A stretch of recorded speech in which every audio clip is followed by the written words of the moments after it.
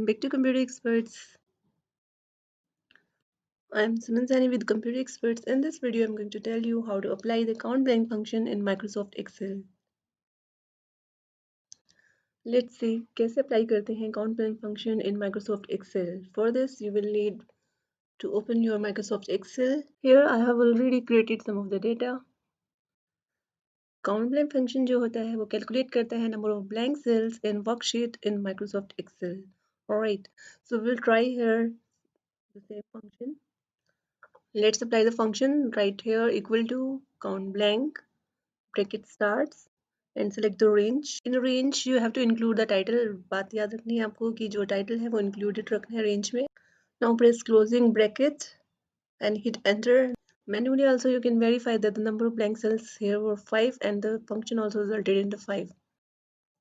In this way you can apply the count blank function in Microsoft Excel. If you enjoyed the video, then don't forget to like the video and subscribe to the channel. That's all for today. See you in the next video. Until then, goodbye and good luck.